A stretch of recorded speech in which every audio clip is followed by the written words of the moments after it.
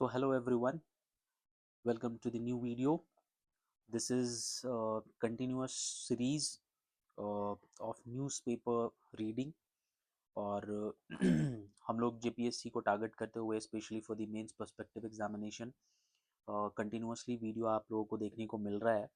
सो इस आज के इस पर्टिकुलर वीडियो में जो कि ये दूसरा वीडियो है, how to read newspaper for the beginners also, और जो पढ़ रहे हैं उनके लिए भी, टू अंडरस्टैंड ओवरऑल आइडिया.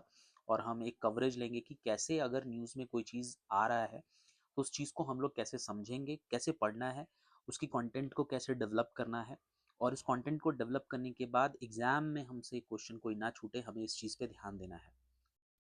ठीक है. सो हम लोग शुरुआत करेंगे हमारे इस वीडियो को.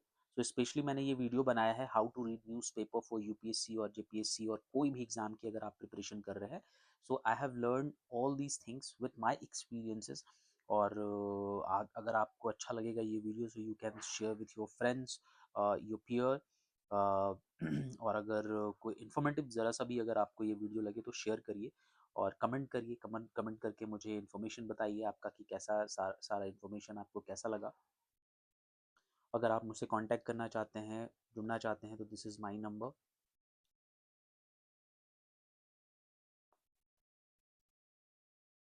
नंबर.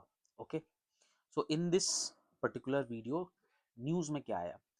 देखिए, न्यूज़पेपर के लिए आप किसी भी सोर्स को फॉलो कर सकते हैं. आई रेड इंडियन एक्सप्रेस को मैं पढ़ता हूँ. मैं पढ़ता हूँ इंडियन एक्सप्रेस, जो कि रांची में सेम डे अवेलेबल, मतलब सुबह में तो नहीं हो पाता, तो मैं कोलकाता से मंगाता हूँ, तो बाई ट्रेन वो आता है. तो मुझे लगभग 2:30-3 बजे के आसपास में 3 PM में मुझे मिलता है. मैं डेली मार्केट के पास से लेता हूँ. मैं वहीं पे मैं रहता भी हूँ, तो वहाँ से मुझे ये एक्सेसिबल हो जाता है. तो फिर मैं इसको पढ़ता हूँ. तो सुबह के टाइम में जब लाइब्रेरी जाता हूँ, सो आज बहुत अच्छा न्यूज़ आया हुआ था, तो मैं जब इसको गो थ्रू कर रहा था, सो मॉर्निंग में ही मुझे लगा कि नहीं, इसके ऊपर में वीडियो बनाना चाहिए. आज है 16 अक्टूबर 2025.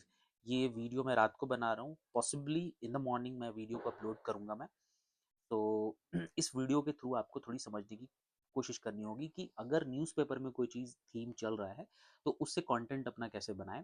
एग्जाम में अगर क्वेश्चंस आ पाएगा तो कैसे बनाना है. फॉर एग्जांपल 2024 के एक पेपर में, जेपीएससी के पेपर में अगर आप जाइएगा, जेपीएससी के पेपर में जाकर के आप देखिएगा, तो वहाँ पर क्वेश्चन आया है G20 के ऊपर में. और G20 से रिलेटेड क्वेश्चंस आपको मेरे ये जो एक वीडियो मैंने बनाया था G20 के ऊपर, जो बहुत पुरानी वीडियो, आई थिंक 1-1.5 साल पहले की है, जो इस चैनल नेक्स्ट क्लासरूम के आपको पुरानी वीडियो में मिल जाएगी.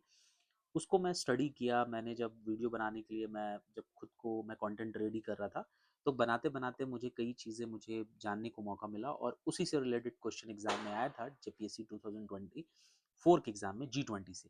तो अभी ब्रिक्स न्यूज़ में चल रहा है, और ब्रिक्स से हो सकता है क्वेश्चन आ सकते हैं. सो नॉर्मली ट्रम्प जो हमारे क्या यूएसए के प्रेसिडेंट हैं, इन्होंने ब्रिक्स को लेकर के फिर से एक बात बोली है और कहा है कि opening another battle front with India. अब इंडिया के साथ ये अमेरिका का ये जो टैरिफ वाला गेम चल रहा है, क्या चल रहा है. एक तो सबसे पहले इन्होंने 50% हमारे ऊपर में टैरिफ लगा दिया, 25% लगाया, और 25% से बढ़ा करके फिर 50% कर दिया, बिकॉज हम रशिया से ऑयल खरीद रहे हैं. और रशिया से ऑयल, क्रूड ऑयल परचेस करने के चलते अमेरिका का कहना है कि इंडिया उन रशिया से खरीद रहा है ऑयल, और रशिया इसके बदले में जो है यूक्रेन पर हमला कर रहा है. तो इसको देखते हुए 25% ऑफ द टैरिफ जो है, जो लगाया जा रहा है, एक्स्ट्रा पेनल्टी हमारे ऊपर लगाया गया. इसके साथ हमने देखा H1B वीज़ा के ऊपर में, H1B वीज़ा का प्राइस बढ़ा करके इन्होंने $1 लाख कर दिया. अब सबसे ज़्यादा नियरली 70% जो फ़ायदा होता है H1B वीज़ा का, वो H1B वीज़ा का फ़ायदा सबसे ज़्यादा अगर हो रहा है तो वो इंडिया के लोगों को हो रहा है. यहाँ के लोग जो एम्प्लॉयमेंट के लिए वहाँ जाते हैं, साइंस, टेक्नोलॉजी, मैथमेटिक्स के फील्ड से, इंजीनियरिंग के फील्ड से वहाँ पे जॉब करते हैं, उनको अब ज़्यादा पे करना पड़ेगा. और वो भी कितना, $1 लाख. $1 लाख यानी कि अभी का 88 लाख रुपया. 88 लाख रुपया उनको देना पड़ेगा. अभी डॉलर का रेट यही चल रहा है, $1 बराबर 88 रुपये. न्यूज़पेपर में डेली आता है, तो कंटिन्यूसली न्यूज़पेपर को पढ़िए, अपने हैबिट में इसको इंक्लूड करिए न्यूज़पेपर पढ़ने का, और न्यूज़पेपर से अपने कंटेंट को रेडी करिए. इसके साथ आप कोई मैगजीन भी पढ़ सकते हैं, विजन आईएएस का पढ़े अगर इंग्लिश मीडियम के हैं, दृष्टि को पढ़ सकते हैं हिंदी माध्यम के आप हैं तो, आप किसी कोचिंग का भी लेकर के आप पढ़ सकते हैं, कोई उसमें बुराई नहीं है। आपको बस अपने कंटेंट को अच्छे से तैयार करना है, जो चीज़ें हैं उसको बार बार रिवाइज करते रहना है और हमें बस क्वेश्चंस बनाने हैं। इतने क्वेश्चन बनाने की हमारा प्रीलिम्स निकल जाए। और इस क्वेश्चन में इंपॉर्टेंट ये है कि ब्रिक्स है, तो हो सकता है ब्रिक्स को थीम बना करके ये मेंस में भी क्वेश्चन पूछ दे। तो ओवरऑल इस आर्टिकल में क्या बात कही गई उसी के ऊपर में देखेंगे कि ट्रम्प है, उन्होंने इंडिया को फिर से कहा है कि हम एक नया बैटल फ्रंट खोल देंगे तुम्हारे साथ भाई, क्योंकि तुम रशिया के साथ जब कर रहे थे तो हमने तुम्हारे ऊपर 25% का टैक्स लगा दिया। हम रशिया और सॉरी इंडिया और यूएसए के साथ अगर हम ट्रेड को देखें तो इंडिया फायदे में है, और जिसको हम लोग इकोनॉमी के टर्म में बोलते हैं इंडिया सरप्लस में है और यूएसए डेफिसिट में चल रहा है। इंडिया के साथ देखेंगे इसका मतलब इंडिया एक्सपोर्ट ज़्यादा कर रहा था यूएसए में, और इसको देखते हुए उन्होंने प्राइस को बढ़ाया और हमारे ऊपर में टैरिफ लगाया। अब ये कह रहे हैं कि ब्रिक्स को लेकर के इन्होंने कहा है नया बैटल फ्रंट खोलेंगे। अब हुआ क्या है, US president Donald Trump took another wild swipe at 20 nation brick organisation. सबसे पहले इंफॉर्मेशन हमें इस आर्टिकल से पता चल रहा है कि ब्रिक्स नाम का कोई एक ऑर्गेनाइजेशन है जिसमें 20 मेंबर है, 20 नेशन है, which India will chair in 2026। दूसरा इंफॉर्मेशन हमें, पहला इंफॉर्मेशन मिला 20 कंट्री है, दूसरा इंफॉर्मेशन कि आने वाले 2026 में जो है इंडिया इसका चेयरमैन बनेगा, इसको प्रेसिडेंट होस्ट करेगा। Everyone is dropping out of the formation after he warned and export America would tariff if they challenge US dollar status to global reserve currency। अब ब्रिक्स नेशन क्या है और dollar की यहाँ बात क्यों हो रही है मैं आगे वीडियो में समझाऊंगा। डी डॉलराइजेशन का कॉन्सेप्ट ब्रिक्स जो है वो बढ़ा रहा है और ट्रम्प को इस बात का चिंता सता रहा है, इस वजह से ये सारी बातें ये बोल रहे हैं। द मागा, मागा का फुल फॉर्म यहाँ पे make America great again supremo returned a familiar beef at a bilateral meeting with Argentina president Javier Milei. अब जेवियर मिली यहाँ से इनके साथ मिलते हैं। शुरुआत में इनसे पहले जो वहाँ के अर्जेंटीना के प्रेसिडेंट रहते हैं वो, उनका था कि वो हो सकता है ब्रिक्स में वो शामिल हो जाएं, बट जब वहाँ की सत्ता बदली और जब ये साथ में आए तो ये थोड़ा इनका जो लीनियन है वो डोनाल्ड ट्रंप की तरफ ज़्यादा है। और ये इंसान जो हैं वो, इनकी जो इकोनॉमिक थॉट है वो कैपिटलिज्म की तरफ ज़्यादा है, तो इन्होंने बाइकआउट कर दिया और इन्होंने बोला कि हम ज्वाइन नहीं करेंगे ब्रिक्स को। जब इनसे मिलना हो रहा है तो वो थोड़ा तंज के तौर पर, और ट्रम्प जो है वो थोड़े गुस्से में या चिड़चिड़ाए हुए इस बात को ये कह रहे हैं कि BRICS was an attack on dollar. BRICS जो है वो कंटिन्यूअसली डॉलर के ऊपर में ये चैलेंज कर रहा है कि डॉलर को डी डॉलराइजेशन करना है, हमें डॉलर के ऊपर में निर्भर नहीं रहना है, क्योंकि मोस्ट ऑफ द वर्ल्ड में जितनी कंट्रीज हैं वो डॉलर में ही ट्रेड को करते हैं और आगे फैसिलिटेट करते हैं। ब्रिक्स इस चीज को कैसे आगे बोलता है इस वीडियो के आगे में हम लोग देखेंगे। तो मोटा मोटी अभी तक यहाँ पे समझ में आपको आ रहा है कि डोनाल्ड ट्रंप ब्रिक्स से चिड़े हुए हैं और ब्रिक्स का अगला समिट जो होने वाला है वो इंडिया में 2026 में होगा, इस बात को ये यहाँ पे कह रहे हैं। Huge tariff their produce coming from the US. I told anybody who want to be the BRICS, that's fine, but we are going to put tariff on your nation। ठीक है, वो कह रहे हैं कि ब्रिक्स अगर बढ़ाना चाहता है, डी डॉलराइजेशन की बात कर रहा है, ठीक है, लेकिन हम तुम्हारे ऊपर में बदले में तुम्हारे ऊपर में हम टैक्स लगाएंगे, हम तुम्हारे ऊपर में टैरिफ लगाएंगे। समझने की बात यहाँ पे सिंपल सी है, इतना समझो। डॉलर में सारी वर्ल्ड की most of the countries deal कर रही है, सामान को खरीद रही है, ले रही है, ठीक है। अब रेस्ट ऑफ द वर्ल्ड जो है, रेस्ट ऑफ द वर्ल्ड जो है वो बोल रही है कि नहीं हम रुपए में करेंगे, हम येन में लेकर के चलेंगे या कोई और करेंसी में हम लेके चलेंगे। तो डी डॉलराइजेशन की बात करें कि डॉलर का हम कम से कम यूज करेंगे, हम यूज इसको कम करेंगे और इसके जगह में कुछ ऑल्टरनेट को लाते हैं।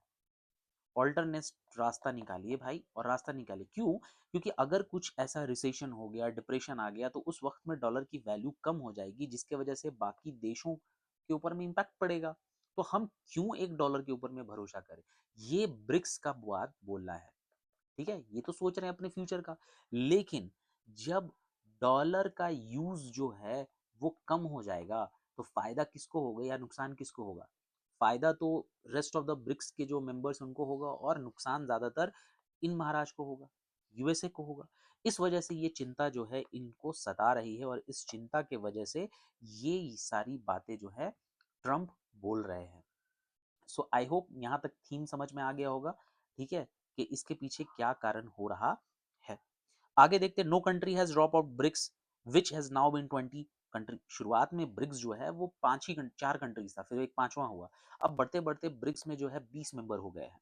तो ये भी बात सता रहा है। Now coming to the next top theme, 2-3 points यहाँ तक समझ में आ गया होगा ब्रिक्स के लेकर के आपको। ब्रिक्स की अगर हम शुरू में बात करें तो BRICS stand for Brazil, Russia, India, China. ये 2009 में पहली बार रशिया में ये समिट हुआ, बाद में चल करके साउथ अफ्रीका इसको ज्वाइन करता है और ये ब्रिक्स बन जाता है। बाद में फिर हम देखते हैं लेटर कुछ सालों के बाद Egypt, Iran, Ethiopia, UAE join करते हैं as a full member in 2024 और इंडोनेशिया इसको 2025 में ज्वाइन करके बन जाता है मेंबर इसका। ब्रिक्स इंट्रोड्यूस करती है अ new category called partner countries इन 2024 समिट। अब एग्जाम में हो सकता है आपसे प्रीलिम्स के एग्जाम, चाहे यूपीएससी हो, बीपीएससी हो, जेपीएससी हो, इस पर्टिकुलर पॉइंट को उठा करके द पार्टनर कंट्रीज ये जो हुआ था, इंट्रोड्यूस किया गया था किसमें, आपसे पूछ देगा संघाई कॉरपोरेशन ऑर्गेनाइजेशन में, आपसे पूछ देगा ब्रिक्स में, ऑप्शन एक दे देगा, एक ऑप्शन आपको दे देगा मान के चलिए G7 का दे देगा और एक बोल देगा G20, और इस ऑप्शन में से आपको चूज करना है ABCD। तो आपको पता है ये ब्रिक्स में बात की गई थी 2024 में, तो क्वेश्चन कहीं से भी फ्रेम हो सकते हैं, इस चीज पर ध्यान देना है। ठीक है, आई होप यहाँ तक तो कोई प्रॉब्लम नहीं होगा। After BRICS introduced a new category called partner countries in summit 2024, the 10 other countries have to be officially designated as a BRICS partner countries as of January 2025, जिसमें Belarus, Bolivia, Cuba, Kazakhstan, Malaysia, Nigeria, Thailand, Uganda, Uzbekistan and Vietnam, ये सारे countries आ रहे हैं। तो आपको BRICS के बारे में जानना है, ब्रिक्स की हिस्ट्री को समझना है कि इतिहास इसका क्या है, ये करते क्या हैं, इनका काम क्या है, करते क्या है, ये कौन सा इनका काम है, और मेंबर्स इसके क्या है। मेंबर्स है तो उनमें कुछ कुछ मेंबर्स क्या है, कौन है, एशियन डेवलपमेंट बैंक क्या है, एशियन डेवलपमेंट बैंक को हम लोग को समझना है। ठीक है, नाउ यहाँ के बाद हम लोग आगे चलते हैं। Both Pakistan and Bangladesh had applied. अब पाकिस्तान भी यहाँ पे और बांग्लादेश भी अप्लाई कर रहा है कि हम भी इसके मेंबर बन जाएं। देख रहे, एक तरफ अमेरिका को ये चिंता सता रही है कि डी डॉलराइजेशन की बात हो रही है, डॉलर की वैल्यू कम होगी, बट दूसरे तरफ बहुत सारे देश जो हैं वो ऑल्टरनेट रास्ता ढूंढ रहे हैं, तो वो ब्रिक्स के मेंबर बनना चाह रहे हैं और इनके एप्लीकेशन को अभी रुका गया है, जिसमें चाइना और रशिया ये सब सपोर्ट कर रहे हैं, बट रिजर्वेशन लगा गया है इंडिया की तरफ से कि नहीं भाई, पाकिस्तान है तो थोड़ा कंट्रोल हम करते हैं जस्ट बिकॉज ऑफ टेररिज्म की वजह से, क्योंकि तो पाकिस्तान की जो आर्मी है वो टेररिज्म को हमेशा फाइनेंस करती है, और हमने देखा है कि पिछले कई सालों में और दशकों से पाकिस्तान यही चीज करता आ रहा है हिंदुस्तान के साथ।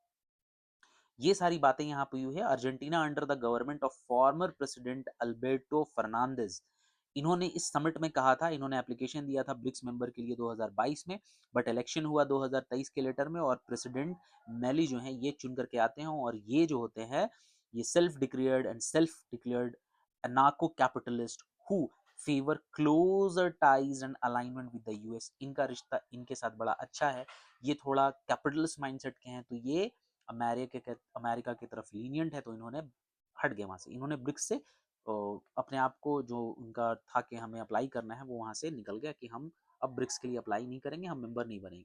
Among the put down Milei disdain dealing with the communist countries such as China, इन्होंने इनकार कर दिया कि हम ऐसे किसी भी कम्युनिस्ट कंट्री के साथ डील विल नहीं करेंगे, और अर्जेंटीना की फिर यहाँ से कहानी वगैरह ये शुरू होती है और यहाँ की इसकी बात हो रही है। इस चीज के बाद यहाँ तक तो आई होप कि आपको कोई प्रॉब्लम नहीं होगा। ब्रिक्स का ये ओवरऑल एक थीम हमने देख लिया कि न्यूज है, बट बेसिक चीज क्या है वो है ब्रिक्स, और ब्रिक्स के साथ है डी डॉलराइजेशन। ये कॉन्सेप्ट क्या चला आ रहा है, डी डॉलराइजेशन का बात क्या हो रहा है। ठीक है, चलिए ब्रिक्स के बारे में अगर हम लोग समझते हैं ब्रिक्स क्या है, ये देख लीजिए। ब्रिक्स के बारे में मैंने, ये आपको लगेगा मैं अपने से कर रहा हूँ, नहीं, मैंने विकीपीडिया से उठाया हुआ है। विकीपीडिया में जब शुरुआत में अगर आप देखते हैं इस साल का ब्राजील में ये समिट हुआ, ब्रिक्स है ये। ब्रिक्स जो है 2025 में समिट हुआ ब्राजील में। ब्राजील में ये 2025 ब्राजीलियन का आपको देख लिए है चेयरमैनशिप रहा। नेक्स्ट 2026 में जो होगा ये इंडिया बनेगा। इंडिया पहले भी बन चुका है, इंडिया 2016 में भी बन चुका है इसका प्रेसिडेंट। ब्रिक्स कंट्री का ये एक्रोनिम है for Brazil, R for Russia, I for India, C for China. इतने ही थे शुरुआत में, ये चारों कंट्री थे। बाद में साउथ अफ्रीका इसको ज्वाइन करता है 2010 में, और अफ्रीका साउथ अफ्रीका जो है इसका मेंबर बन गया होता है। सो ब्रिक्स एक इंटर गवर्नमेंटल ऑर्गेनाइजेशन है। क्या है? इंटर गवर्नमेंटल ऑर्गेनाइजेशन है, जिसमें 10 कंट्रीज अभी हैं और 10 कंट्रीज आगे चल के यानी कि 20 बनते हैं। अब ये तो हम लोग समझ गए कि हाँ ठीक है, इतना इतना इन दोनों का चीज का हो रहा है। ठीक है, तो फैक्चुअल डेटा कहाँ से रखना है कि एग्जाम में क्या हुआ था, 2025 का कौन था चेयरमैन? ब्राजील था।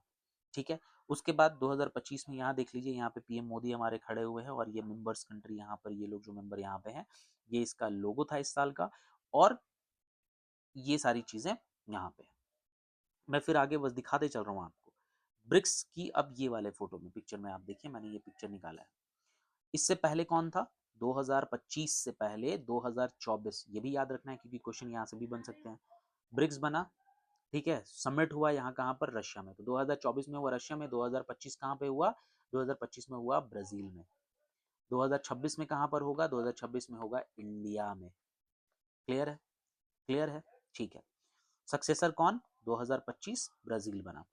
फॉर्मेशन इसका कब हुआ? ये बना कब? ब्रिक्स कब बना? मैंने बता दिया ब्रिक्स का एक्रोनिम क्या था, ब्रिक्स का फुल फॉर्म क्या है, इंटर गवर्नमेंटल ऑर्गेनाइजेशन है। ब्रिक्स फॉर्मेशन होता है 16 जून 2009। याद रखना है 2009, 16 साल पहले 2009 में। फाउंडेड एट यकार्तनबर्ग, ये रशिया में हुआ था, और पहला ब्रिक्स का समिट भी जो है वो रशिया में हुआ था। पहला हुआ था ब्रिक्स का समिट कहां पर? रशिया में।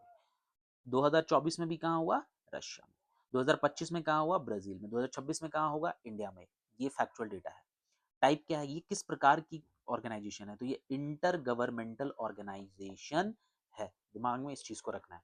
क्या काम करती है ये? तो ये पॉलिटिक्स के ऊपर में बात करते हैं। ये पॉलिटिकल ऑर्गेनाइजेशन और इकोनॉमी यानी पॉलिटी स्टेबिलिटी लाएंगे। इंडो पैसिफिक रीजन हो या कंट्रीज में कहीं पर भी हो, तो ये पॉलिटी को, डेमोक्रेसी की बात करेंगे, इक्वालिटी, फ्रेटर्निटी, ब्रदरहुड, इन सब के टॉपिक्स चलेंगे। और साथ में इकोनॉमिक प्रोस्पेरिटी की बात होगी, जिसमें डॉलर की वैल्यू को कम करना है, तो वो इकोनॉमिक वाला पॉइंट है। इंटरनेशनल पॉलिटिक्स ये फील्ड हो गया, कौन से फील्ड में ये काम करते हैं। अब मेंबर्स में कौन कौन हो गए, ये मेंबर्स को एक बार अभी आप अच्छे से देखिए। Brazil, Russia, India, China, south Africa, Egypt, Ethiopia, Indonesia, Iran, UAE and Emirates. ठीक है, यूनाइटेड अरब एमिरेट्स, ये इसके मेंबर है। यहाँ तक मैंने देखा है, यहाँ चीज को देखना है, देख करके नोट डाउन करना है। इन सब चीजों को बार बार प्रैक्टिस करना है, मेमोराइज करना है। एक बार में मुझे भी पता है नहीं होगा, बार बार चीजों को रिवाइज करना है, देखते चलना है कि कौन सा टॉपिक कहाँ से किस किस चीज में है। ठीक है, इसमें एक चीज और को पढ़ेंगे हम लोग, न्यू डेवलपमेंट बैंक। ये न्यू डेवलपमेंट बैंक किससे रिलेटेड है? ये आपको आईएमएफ से रिलेटेड है, ये क्वेश्चन पूछ सकता है। ये ब्रिक्स से रिलेटेड है, ये एससीओ से रिलेटेड है, या G7 से रिलेटेड है, ऐसे सवाल इसमें पूछ सकते हैं। ये साउथ अफ्रीकन प्रेसिडेंट है साइरिल, इन्होंने ब्रिक्स का रिप्रेजेंट किया था। 15 ब्रिक्स समिट जो हुआ था आपको जोहान्सबर्ग में 2023 में। तो कितने सारे इंफॉर्मेशन देख रहे हैं आपको मिल रहा है। 2023 में बना साउथ अफ्रीका, 2024 में बना आपको रशिया, 2025 में आपको बना ब्राजील। ठीक है, 2026 में कौन होगा? इंडिया। ठीक है, तो क्रोनोलॉजी को देखिए, 23, 24, 25 इन सबको देखिए। ठीक है, तो इस वीडियो को आगे में मैं फिर मैं बताऊंगा कि कौन कौन सा न्यू डेवलपमेंट बैंक का कौन है। ये न्यू डेवलपमेंट बैंक के बारे में एकदम मस्ट याद रखिए, यूपीएससी में आया हुआ क्वेश्चन है। न्यू डेवलपमेंट बैंक से रिलेटेड यूपीएससी ने क्वेश्चन पूछा था कि न्यू डेवलपमेंट बैंक, इसका हेडक्वार्टर कहाँ है? ये सांघाई चाइना में है, और ये प्रीमियर इंस्टीट्यूशन है ब्रिक्स का। ये काम क्या करता है, इसका फंक्शन क्या है, ये हम लोग थोड़ी देर आगे वीडियो में देखेंगे। और यूपीएससी में ये क्वेश्चन पीवाईक्यू प्रीलिम्स में पूछा गया है। सो इस क्वेश्चन को ध्यान में रखना है अच्छे से, क्योंकि कई बार यूपीएससी के क्वेश्चन और इन सब क्वेश्चन को ये एग्जाम में रिपीट करते हैं। और इसके बाद मैं लास्ट में ये टॉपिक को आऊँगा, क्योंकि मेजर मेजर कंट्री जैसे कि ब्राज़ील हो गया, ठीक है, ब्राज़ील हो गया, रशिया हो गया, इंडिया हो गया, चाइना हो गया और साउथ अफ्रीका, इनके बारे में समझेंगे हम लोग थोड़ा कि ये जो है कैपिटल क्या है, इनकी करेंसी के बारे में, इनके एरिया के बारे में, और यहाँ पे कौन सी लैंग्वेजेस है, कौन कौन सा क्या है, इन सब चीज़ों के बारे में थोड़ा सा समझेंगे। बट इस वाले पर्टिकुलर में हम लोग लास्ट में आएंगे, और लास्ट में आकर के हम लोग समझेंगे कि क्या है। तो अभी तक में हमने क्या समझा? अभी तक में हमने देखा, अभी तक में हमने देखा कि ब्रिक्स के बारे में, कि ब्रिक्स का क्या है फुल फॉर्म। B4 आपको Brazil, Russia, India, China and south Africa. ये चीज को हमने अभी तक देखा, इतना समझ में आ गया। ब्रिक्स क्या है? ये इंटर गवर्नमेंटल ऑर्गेनाइजेशन है, ठीक है। मेंबर कंट्रीज का भी मैंने डिस्कशन कर दिया। इसमें आपको टोटल मेंबर्स को याद रखना है, मेंबर्स कितने हैं वो ध्यान में रखना है। इसके बाद शुरुआत करें अगर हम इसके हिस्ट्री से, तो हम इसकी हिस्ट्री को देखें तो इसके बारे में एक इंसान का नाम आता है। उस इंसान का नाम है, ये ब्रिटिश थे बेसिकली, इनका नाम है जिम ओ नील। इन्हीं इंसान ने इसका नाम रखा था, मतलब बोलते हैं ना नामकरण, नामकरण हम लोग बोलते हैं ना नामकरण, करण का स्पेलिंग आई होप ऐसे हो, ठीक है। नामकरण इन्होंने किया था और इन्होंने बताया था कि ऐसे कंट्रीज आने चाहिए और कंट्रीज मिल करके जो है इकोनॉमी के ऊपर में और पॉलिटिकल दोनों चीज को मिला करके काम करे। तो जिम ओ नाइल अगर एग्जाम में आए कि हु गिव दिस नेम, तो जिम ओ निल थे। ये बेसिकली रहने वाले आपको जो इंसान है ये कहीं और के नहीं, ये ब्रिटिश हैं, इकोनॉमिस्ट थे, ये ब्रिटिश इकोनॉमिस्ट थे, ब्रिटिश इकोनॉमिस्ट थे ये इंसान, ठीक है। इसके बाद जब आप आगे चलेंगे तो इसका जो पहला समिट हुआ, फर्स्ट हुआ, क्या हुआ था? फर्स्ट जो हुआ था इसका समिट, इसका फर्स्ट जो समिट हुआ वो कहां पर हुआ? ये फर्स्ट समिट आपको 2009 में, और ये हुआ था आपको रशिया में, रशिया में ये समिट हुआ था। अब डिप्लोमेटिक क्लब और शुरू शुरू में ये मिलते थे, मिल मिल करके ये डिस्कशन करते थे, इकोनॉमी पॉलिटी इन सब चीज़ों के बारे में बात करते थे। फिर इंफॉर्मेशन आता है 2010, और 2010 में साउथ अफ्रीका जुड़ता है इनसे, और जो शुरू में BRIC ब्रिक था वो ऐड होकर के ब्रिक्स बन गया, ठीक है। यहाँ तक कोई डाउट नहीं होना चाहिए। सारा चीज यहाँ तक हमने देखा है, इससे रिलेटेड कोई प्रॉब्लम नहीं है। ब्रिक्स का हमने देखा कि 2024 में, 25 में, 26 में कैसे होने वाला है, क्या है, वो सब चीज़ों को हमने देखा। कब ये फॉर्मेशन हुआ हमने देखा। फॉर्मेशन का डेट याद रखिएगा हमेशा, 2009 में मैं ऐड ही कर देता हूँ मैं, 16 जून को हुआ था, 16 जून को हुआ था, 16 जून को हुआ था ये, 16 साल पहले। कहाँ पर? यकातेरिनबर्ग, रशिया। यतार्किनबर्ग नई नाम में रहेगा, रशिया रखिएगा, और रशिया में ही पहली बार हुआ था।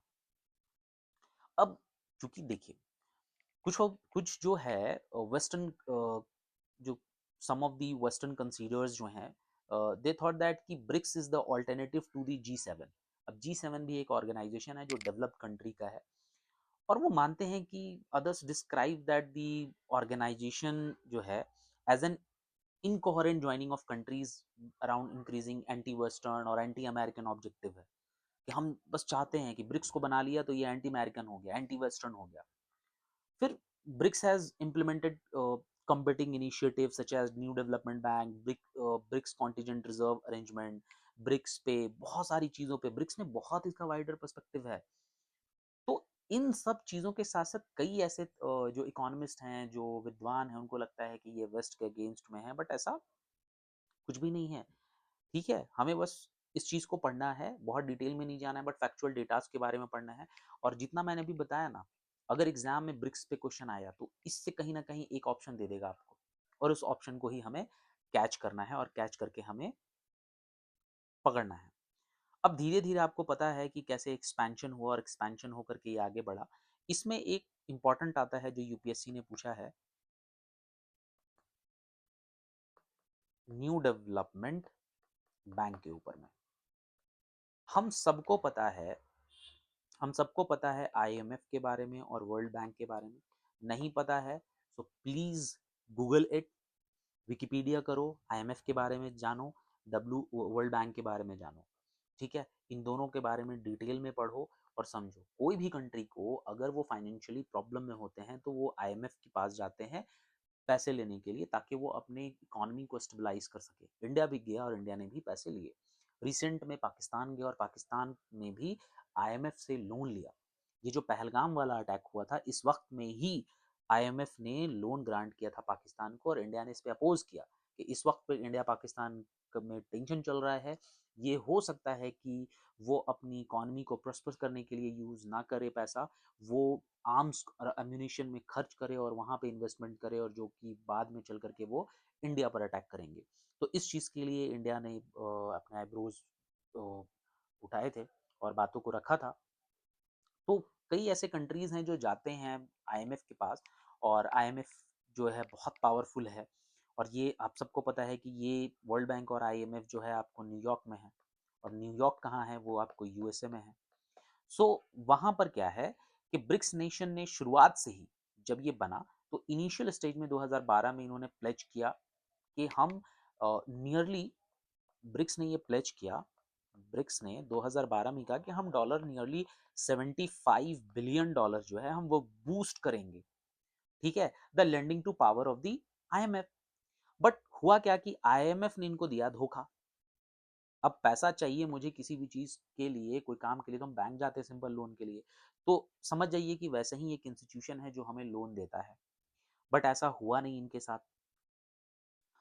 अब 2013 में, सॉरी 2013 के मार्च में, हाँ, आईएमएफ, सॉरी यहाँ पे जो आपको ब्रिक्स का जो 5th समिट हुआ 2013 में, ब्रिक्स का आपको, क्या मेरे से गलती हो रहा है, ब्रिक्स, BRICS, ब्रिक्स का जो समिट हुआ, ये हुआ था आपको डरबन में, साउथ अफ्रीका में।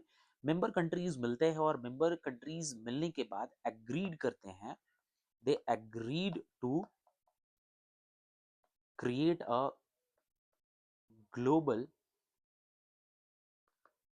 Financial institution. ये आगे के चलते हैं और बात करते हैं कि हम इंस्टीट्यूशन बनाएंगे, क्यों बनाना है institution, to cooperate, to cooperate with the western dominated, western dominated IMF. IMF जब आप पढ़िएगा तो आईएमएफ में आपको वोटिंग शेयर्स है, इन सब चीज़ों के बारे में जब आप डिटेल में जाकर के आईएमएफ को पढ़ेंगे तो आप देखेंगे कि आईएमएफ में जो हेजमनी है, जो इनकी जो वहाँ पर क्या बोलते हैं, जो डोमिनेंस है, वो वेस्टर्न कंट्रीज, यूरोपियन कंट्रीज की बहुत ज़्यादा वहाँ पे उनका दबदबा है। सो इस वजह से ब्रिक्स ने सोचा कि हम ऐसा क्यों नहीं करते हैं, ब्रिक्स ने सोचा कि हम अपना खुद का बैंक बनाएंगे, हम खुद का बैंक बनाते हैं और हम लोन देंगे कंट्रीज को। तो फाइनली यहाँ से जो है आपको न्यू डेवलपमेंट बैंक का कॉन्सेप्ट आया, और ये इमरजेंस आया, और न्यू डेवलपमेंट जो बैंक है ये हमें सामने देखने को मिलता है।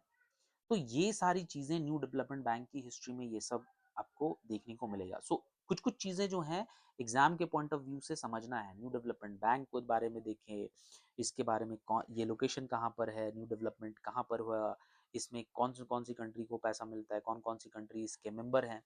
तो अगर मैं बताता हूँ आपको कि न्यू डेवलपमेंट बैंक के बारे में, न्यू डेवलपमेंट बैंक, ये जो आपको है इसका सबसे पहले ही मैं शुरुआत करता हूँ, हेडक्वार्टर है इसका शांघाई में। कहाँ है जी शांघाई, शांघाई है चाइना में। क्लियर है यहाँ तक। न्यू डेवलपमेंट बैंक क्योंकि यूपीएससी में आया हुआ है तो मैं थोड़ा इसीलिए इस पे फोकस कर रहा हूँ कि हो सकता है कि अगर आपको चल करके प्रॉब्लम ना हो। तो न्यू डेवलपमेंट बैंक जो बेसिकली है ये फॉर्मली रेफर्ड करता है ब्रिक्स डेवलपमेंट बैंक, और नाम इसका चल करके बाद में चल करके यही न्यू डेवलपमेंट बैंक हुआ। ये आपको कहाँ पर है, शंघाई चाइना में है।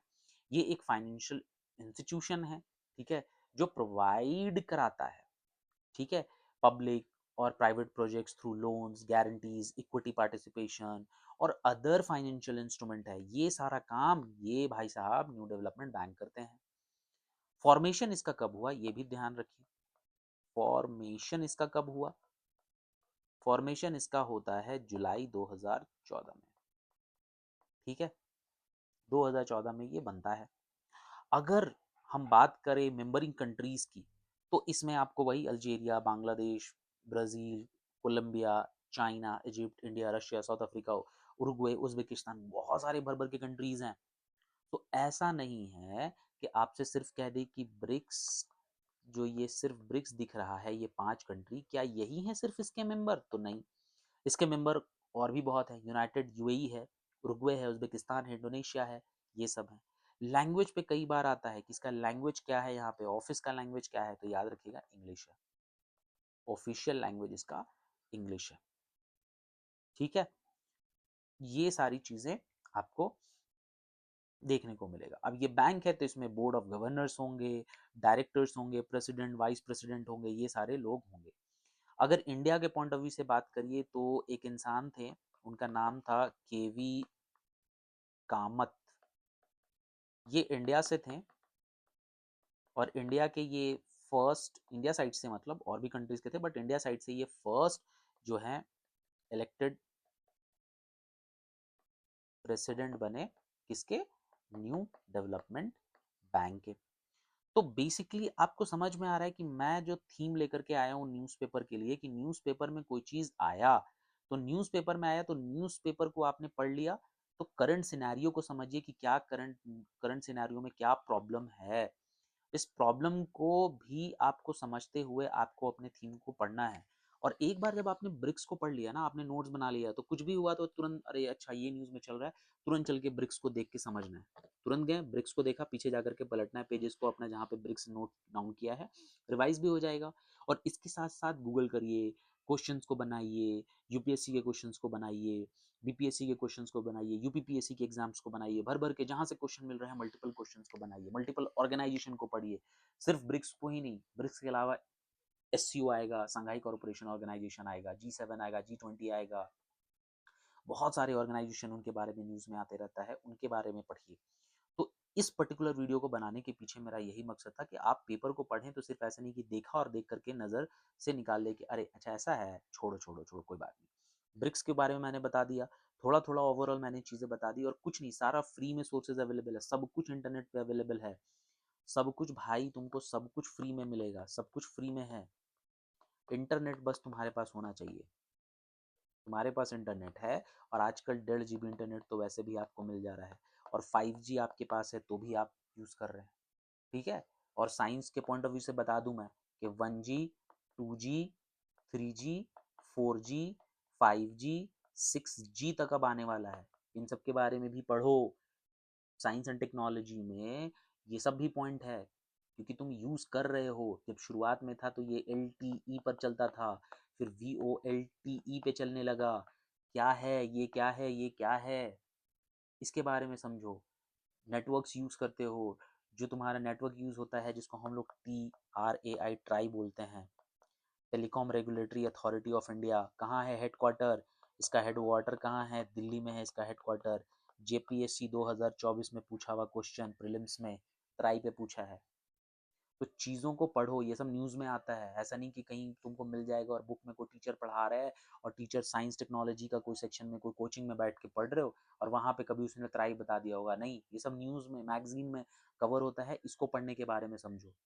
मैंने ये लास्ट में बताया था कि ये बता दूंगा मैं वीडियो में 5 कंट्रीज जो हैं इंपॉर्टेंट इसमें, जैसे ब्राज़ील, ब्राज़ील का कैपिटल है आपको ब्राज़ीलिया, एरिया आप देख लीजिए यहाँ पर इतना है, ये सब विकिपीडिया पे अवेलेबल है। मैं बस आपको तरीका बता रहा हूँ कि आपको किस तरीके से छांटना है चीज़ों को, और लिटरली आपको इसके लिए पे करना पड़ेगा। आप जाइएगा बाहर पढ़ने के लिए, आपको सीखने में वक्त लगेगा। मैंने ये चीज़ को सीखा हुआ है, मेरी जो भी है, आप जो भी देख रहे हो वीडियो, जहाँ से भी आप देख रहे हो, जो भी है, कुछ फ़ायदा लो अगर आपको लग रहा है कि कैसे चीज़ों को पढ़ना है। क्योंकि तुम जब पढ़ना शुरू करोगे किसी चीज़ को, तो शुरुआत से शुरू करने में तुमको बहुत टाइम लगेगा मेरे भाई। तुमको लगेगा कि हाँ मैंने यहाँ से शुरू किया है, फिर न्यूज़पेपर पढ़ेंगे, पढ़ने का मन करेगा नहीं करेगा, क्या है, कौन सा टॉपिक पढ़ना नहीं पढ़ना है। तुम एक बार सिलेबस को पढ़ो, इसीलिए मैं फ्री इनिशिएटिव मैंने लाया हूँ मैं, ताकि सबको इससे फ़ायदा हो। एक तो हिंदी में मटेरियल है बहुत सारा, मैं इंग्लिश मीडियम से पढ़ा हूँ और मैं देखता हूँ दुख तकलीफ, बहुत सारे भाई बंधु हैं जिनको इंग्लिश में मटेरियल अवेलेबल नहीं है। तो मैं कोशिश कर रहा हूँ कि जितना मुझसे हो पाए, जो भी फ्री इनिशिएटिव है मैं उसको पॉसिबल कर पाऊँ, आप लोगों तक पहुँचा पाऊँ। Be a part of this series, बनो आप, जुड़ो इस मुहिम से। ठीक है, कोई प्रॉब्लम है, I have mention my number earlier also, contact me, comment करो, शेयर करो, जो भी जितना हो सकता है पॉसिबल हो पाएगा, जो भी मेरे पास टाइम मिलता है इस वक्त में मैं बना पाता हूँ मैं। तो कैसे करना है उन सब चीज़ों के ऊपर में अपना ध्यान पे रखो और वैसे करो आप, ठीक है। पॉपुलेशन एज ऑफ 25 देखोगे अगर आप ब्राज़ील की, तो यहाँ पॉपुलेशन आपको देखने को मिलेगा, डेंसिटी इसकी इतनी है। आपको करेंसी देख के चलना है, क्योंकि एग्जाम में कई बार करेंसी से होता है, तो करेंसी को देख लो, एक बार एचडीआई को देख लो, ठीक है। ऑफिशियल लैंग्वेजेस देख लो, पोर्टुगीज है, ठीक है। फिर आप रशिया को देख रहे हो, तो रशिया का आप एक बार यहाँ पे रशिया का रूबल है, ठीक है। इंडिया का अगर आप देखोगे तो इंडिया का इंडियन रुपीज है। अगर आप यहाँ पे चाइना का देखोगे तो चाइना का रेनेबी है, जिसको हम लोग येन भी बोलते हैं, युआन, सॉरी युआन बोलते हैं, ठीक है। तो कई बार चीज़ों को देखो, उसके कंट्री कैपिटल क्या है, वहाँ की कैपिटल है, जैसे न्यू दिल्ली है, कई लोगों को दिल्ली ही पता है, न्यू दिल्ली पता भी नहीं है। अब इंडिया पढ़ रहे हो तो इससे रिलेटेड चीज़ों को समझो कि यहाँ का जीडीपी पर कैपिटा क्या है यहाँ पे। तो यहाँ पे आप देख रहे हो, ब्राज़ील का देखो 23, रशिया का देखो 49, इन दोनों में सबसे ज़्यादा इसका हुआ। इंडिया का देख रहे हो तो इंडिया का 12,000, यानी कि सबसे ज़्यादा फर्स्ट पर मान के चलो अभी यही है। चाइना के देखोगे तो 28, साउथ अफ्रीका का देखोगे तो यहाँ पे 15 है। तो फर्स्ट नंबर पे जीडीपी अगर कहीं पूछ दे कि ब्रिक्स नेशन में अगर हम इंडिया, ब्राज़ील, चाइना, रशिया को देखते हैं तो सबसे ज़्यादा जीडीपी किसका है, तो सबसे ज़्यादा पे तो ये है। दूसरे नंबर पे आओगे तो दूसरे नंबर पे चाइना है, तीसरे नंबर पे देखोगे तो ब्राज़ील है, चौथे नंबर पे आप आओगे तो चौथे नंबर पे आपको साउथ अफ्रीका मिलेगा, और पांचवा पे इंडिया है, पांचवा पे इंडिया है। समझ में आ रहा है। साउथ अफ्रीका का, साउथ अफ्रीका रैंड, ये इसका पैसा है, करेंसी है यहाँ का, ठीक है। तो ऐसे कर करके चीज़ों को थोड़ा डिटेल में पढ़ो, क्योंकि जेपीएससी और अदर जो स्टेट पीसीएस एग्जामिनेशन होते हैं बहुत फैक्चुअल कई बार पूछते हैं, बहुत डिटेल में नहीं पूछते, हेडक्वार्टर पूछ लेते हैं, ईयर फॉर्मेशन पूछ लेते हैं, मेंबर कंट्रीज पूछ लेते हैं।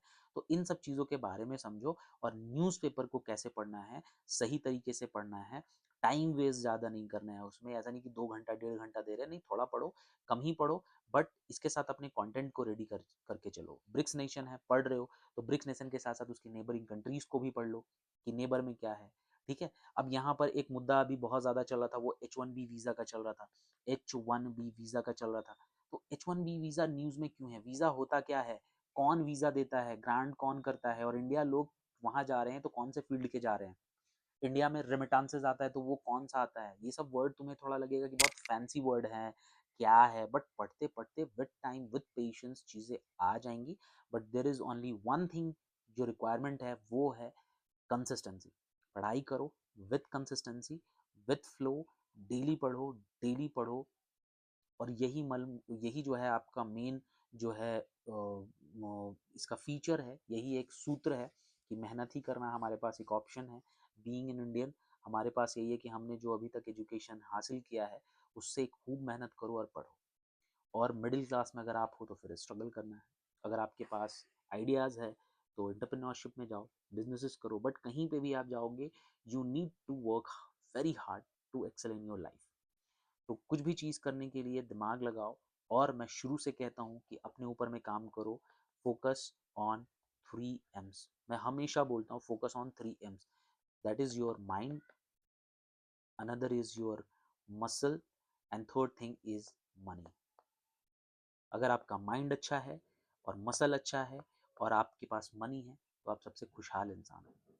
तो वीडियो को अगर इन्फॉर्मेटिव लगी हो, बहुत लंबा नहीं करूँगा मैं वीडियो को, इन्फॉर्मेटिव लगी हो तो वीडियो को लाइक करो, शेयर करो जिन्हें ज़रूरत है, और अच्छी लगे तो प्लीज़ डू कमेंट और शेयर करो इसे। और do not forget to subscribe my channel also. और अगर आप मुझे कांटेक्ट करोगे, आप मुझसे बात करोगे, आप मैसेजेस करोगे, शेयर करोगे, कमेंट करोगे, तो मुझे भी एक मोटिवेशन मिलेगा कि हाँ, पब्लिक को अच्छा लग रहा है, क्योंकि मुझे भी फीडबैक चाहिए। मैं बना रहा हूँ, इट्स अ फ्री इनिशिएटिव, एक मुहिम है, बट फिर भी मुझे एक चाहिए फीडबैक कि हाँ चलो, एटलीस्ट अगर मैं कुछ कर रहा हूँ तो तुम लोगों को फ़ायदा हो रहा है कि नहीं हो रहा है। इफ़ देर इज़ समथिंग, अगर कुछ चीज़ हो रहा है, सो डोंट बी ऑफेंडेड, आप कांटेक्ट करो, दिस इज़ माय नंबर।